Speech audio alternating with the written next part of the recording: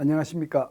한국군사문제연구원에서 해관보연구실장을 맡고 있는 김태우 박사입니다. 오늘 제가 중점을 두어서 말씀드리고 싶은 것은 교훈과 과제입니다. 대한민국은 무엇을 배우고 무엇을 해야 하는가, 이것을 저는 더 중시해서 말씀드리고자 합니다. 첫 번째, 아직도 타고 있는 중동의 속불이 꺼지지 않았다는 사실.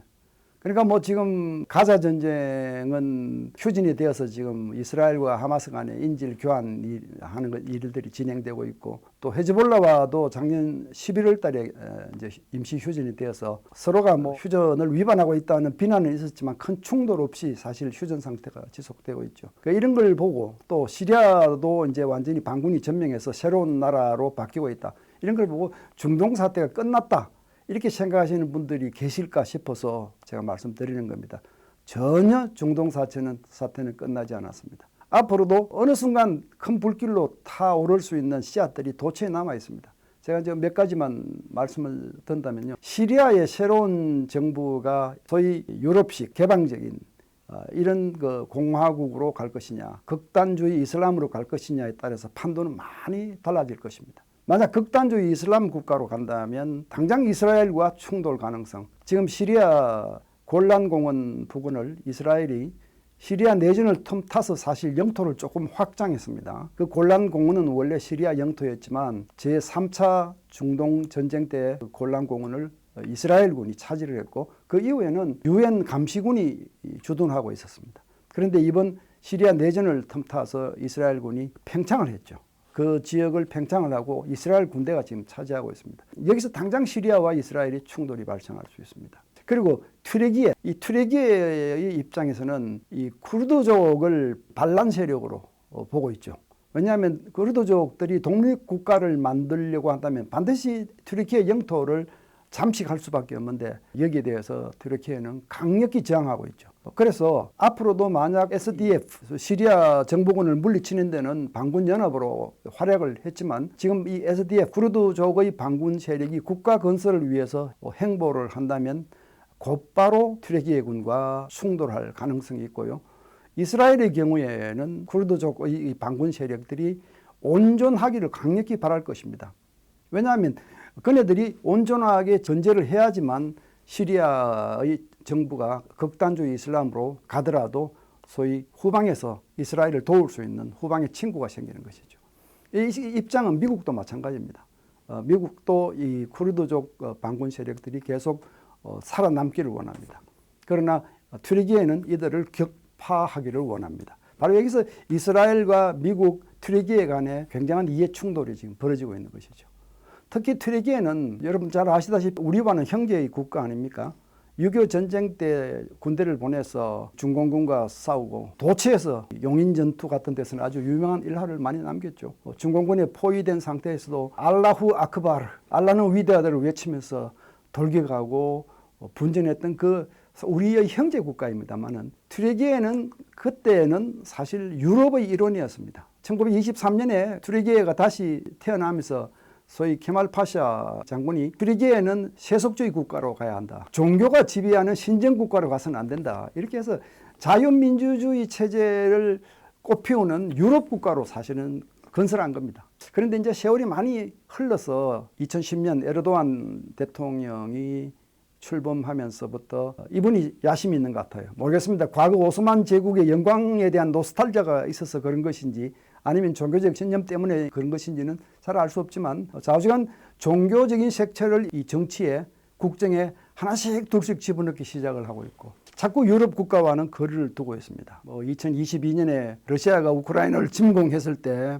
핀란드와 스웨덴, 이런 나라들이 나토에 가입을 하려고 했을 때 끝까지 발목을 잡고 반대했던 나라가 헝가리와 튀르기예입니다. 또 2023년에는 느닷없이 에르도안 대통령이 러시아의 SA-400 방공포죠, 방공미사일이죠, 이걸 수입을 하겠다고 미국이 펄쩍 뛰었죠. 미국은 F-35 전투기를 팔기로 되어 있었는데 튀르기예가 끝내 러시아 무기를 가져왔어요. 그러니까 미국도 화가 나서 이 전투기 판매를 취소를 해버렸습니다. 사실 이제 이런 일들이 있는데, 튀르기예, 미국, 이스라엘 이 3국 간의 이해관계가 앞으로 어떻게 조정될 것인지, 이것도 사실은 미지수입니다. 또 그 말고도 불씨는 많이 남아 있습니다. 이 레바논 헤즈볼라가 다시 전열을 가다듬어서 다시 또 이스라엘의 위협이 될 가능성도 여전히 남아 있고요. 또 앞으로 가자 지구의 통치 체제를 어떻게 가져갈 것이냐.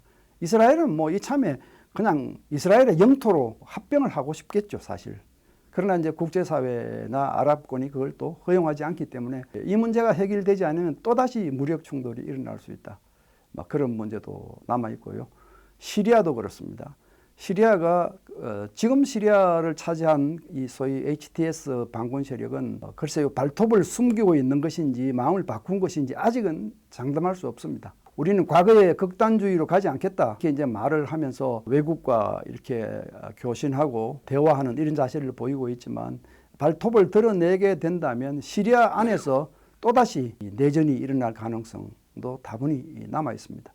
그래서 우리는 중동 사태가 종결되었다고 보아서는 안 된다 하는 것이 첫 번째 교훈이고요. 두 번째는 시리아의 미래와 한국의 외교 과제입니다. 많은 분들이 시리아는 멀리 떨어져 있는 나라고 우리하고 관계없다 이렇게 생각할 수도 있습니다. 그건 그렇지 않습니다. 만약 시리아가 그 약속대로 개방된 서구식 공화국으로 간다면 한국이 외교적으로 해야 될 일이 많습니다. 이건 이제 북한으로 봐서는 외교적인 손실을 의미하겠죠. 사실 그 2007년에 여러분 기억하실 겁니다. 이스라엘 공군기들이 시리아가 짓고 있는 원자로, 알쿠바르 원자로, 이 원자로를 폭격을 해서 부셨죠. 근데 그 원자로가 북한이 가지고 있는 영변 5메가와트 원자로하고 흡사합니다. 매우 닮았습니다. 많은 분들이 이 원자로 기술을 북한이 지어주는 것이다. 저도 그렇게 믿고 있습니다. 이제 그 이스라엘에 의해서 부셔졌는데 만약 시리아가 극단주의 이슬람 국가로 간다면 또다시 북한과 형제 나라로 돌아갈 수 있습니다.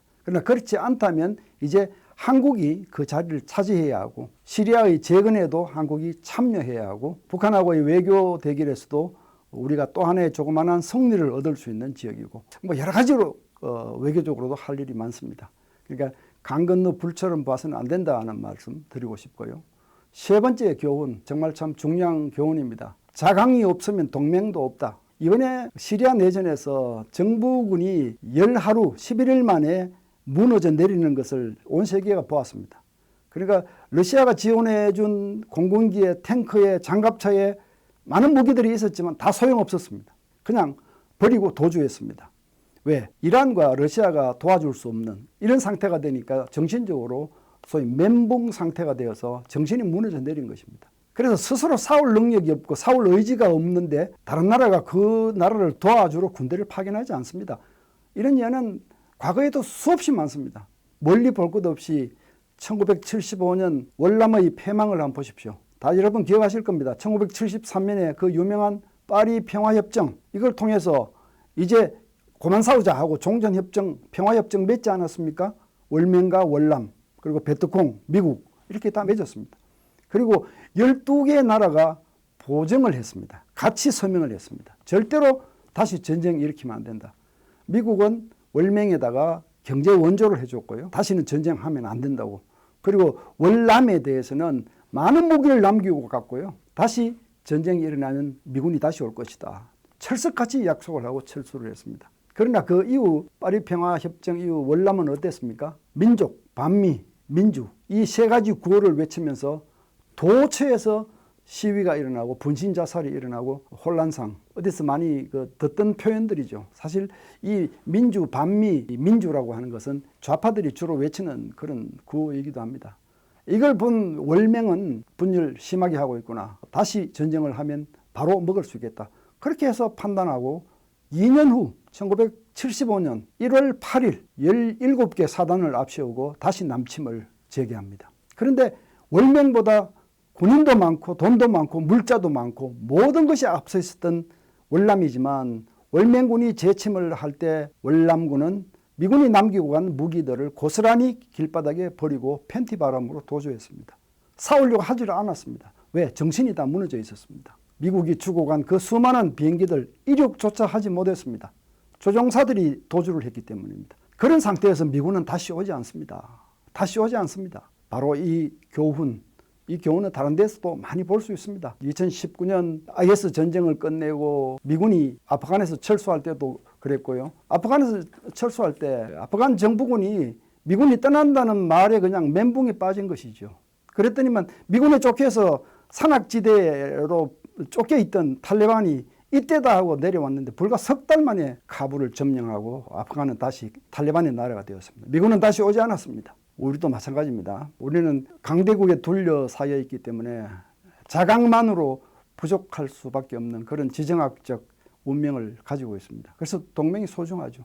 그럼에도 동맹만 믿어서는 동맹은 오지 않는다. 우리 스스로 자강 노력을 하지 않으면 동맹도 오지 않는다. 중동 사태를 보면서 이런 걸 다시 한번 배웠습니다. 그 다음에 이스라엘입니다. 네 번째 교훈은 불굴의 투혼. 이것이 이스라엘이 가진 최대 무형 전력이었다고 저는 정의합니다. 이스라엘은요 22,000평방킬로미터 경상북도보다 조금 큰 나라입니다. 이런 나라가 국토가 75배가 되고 인구가 9배 많은 이란과 맞붙어서 한 발도 밀리지 않았습니다.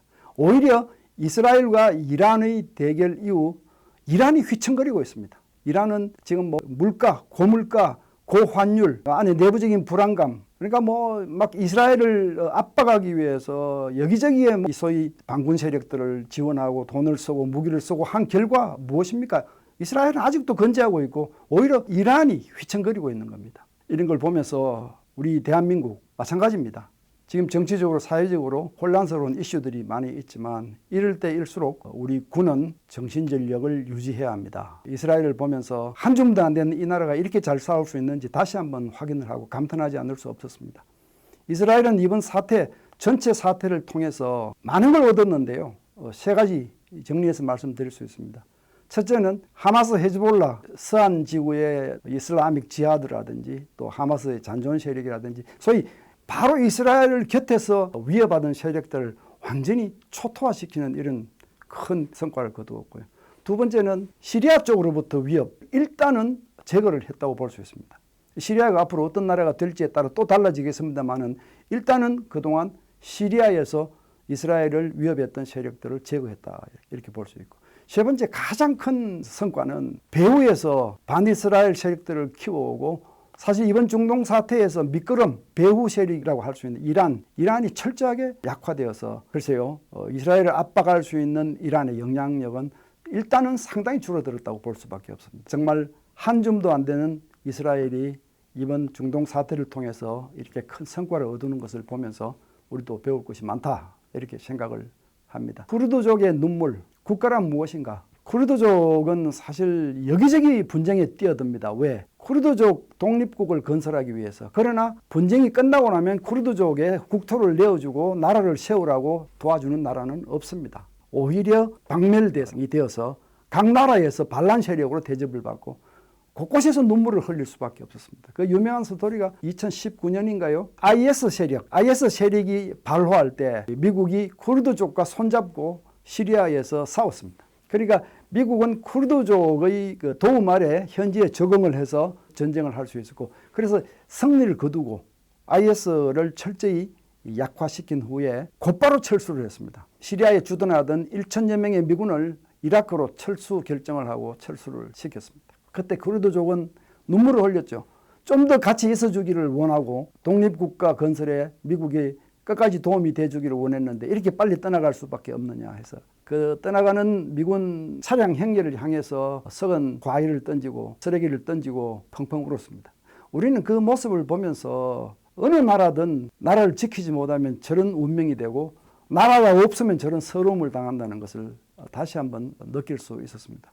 지금 이번 중동 사태에서도 마찬가지입니다. 지금도 쿠르드족은 이번 시리아 독재자를 몰아내는 데는 반군의 일원으로서 공헌을 했지만 이제 시리아가 다시 다른 나라가 되고 나면서부터는 눈치를 보고 이 이슬람 안에서 반란군 신세가 될 수 있는 그런 상황에 지금 처해 있기 때문에 국가 없는 서름이 무엇인가를 다시 한번 배웠습니다. 마지막 교훈으로 제가 조 루이스와 홍수환 선수를 다시 한번 언급하고 싶습니다. 1930년대, 40년대 전설의 미국의 복서, 헤비급 챔피언 조 루이스. 12년 동안 왕자를 지켰습니다. 한 번도 피하지 않았습니다. 기자들이 물었습니다. 비결이 무엇입니까? 답은 이랬습니다. 나는 감기에 걸린 적이 없다. 이게 무슨 얘기 같습니까? 감기에 한 번도 걸리지 않을 만큼 몸 관리를 튼튼하게 해왔다. 언제 어디서 도전자가 나타나든 싸워서 이길 준비를 갖추고 있었다. 이게 우리 국방에 무엇을 의미하겠습니까? 홍수환 선수는 1977년입니까? 파나마의 강타자 카라스키아와 현지에서 한국에서 시합한 것도 아닙니다. 권투 패드급 챔피언전을 벌였는데 2회전에서 4번 다운됐습니다. 4번. 그래서 한국에서 텔레비를 보고 있던 우리 국민들은 다 좌절했죠. 아, 안 되는구나. 못 이리라. 그런데 그 다음 해 3회전에서 홍수환은 회심의 후크 한 방으로 카라스키아를 침몰시키고 챔피언 벨트를 따고 귀국했습니다. 정말 참 그렇게 해서 홍수환은 대한민국의 영웅이 된 것입니다. 개인적으로는 저하고 동갑이고요. 제 친한 친구이기도 합니다만은 우리의 안보와 국방도 이렇게 해야 한다. 적에게 빈틈을 보여서는 안 된다. 지금 대한민국이 정치적으로 혼란스러울 수는 있지만 우리 국방을 담당하시는 분들은 절대로 곁눈질을 해서는 안 된다. 제가 마지막 사자성어 3가지를 말씀드리고 제 오늘 말씀을 마치고자 합니다. 망전필위, 항제전장, 부동여산. 이게 오늘 제가 중동 사태를 종합하면서 우리 국방 안보를 위해서 남기고 싶은 사자성어입니다. 망전필위, 우리 국민이 해야 될, 새겨야 할 사자성어입니다. 전쟁을 잃어버리면 반드시 위기를 맞이한다는 거. 우리 국민이 되새겨야 합니다. 항제전장, 우리 군은 항상 전장터에 있다는 생각으로 바로 대비하고 있어야 한다. 홍수환, 루이스처럼 대비하고 있어야 한다. 부동여산, 그렇게 함으로써 대한민국은 부동여산, 산처럼 미동도 하지 않아야 한다. 대한민국은 굳건하게 미동도 하지 않고 버티고 있어야 한다. 이 3가지 말씀 드리고 마치도록 하겠습니다. 망전필위, 항제전장, 부동여산. 여러분 감사합니다.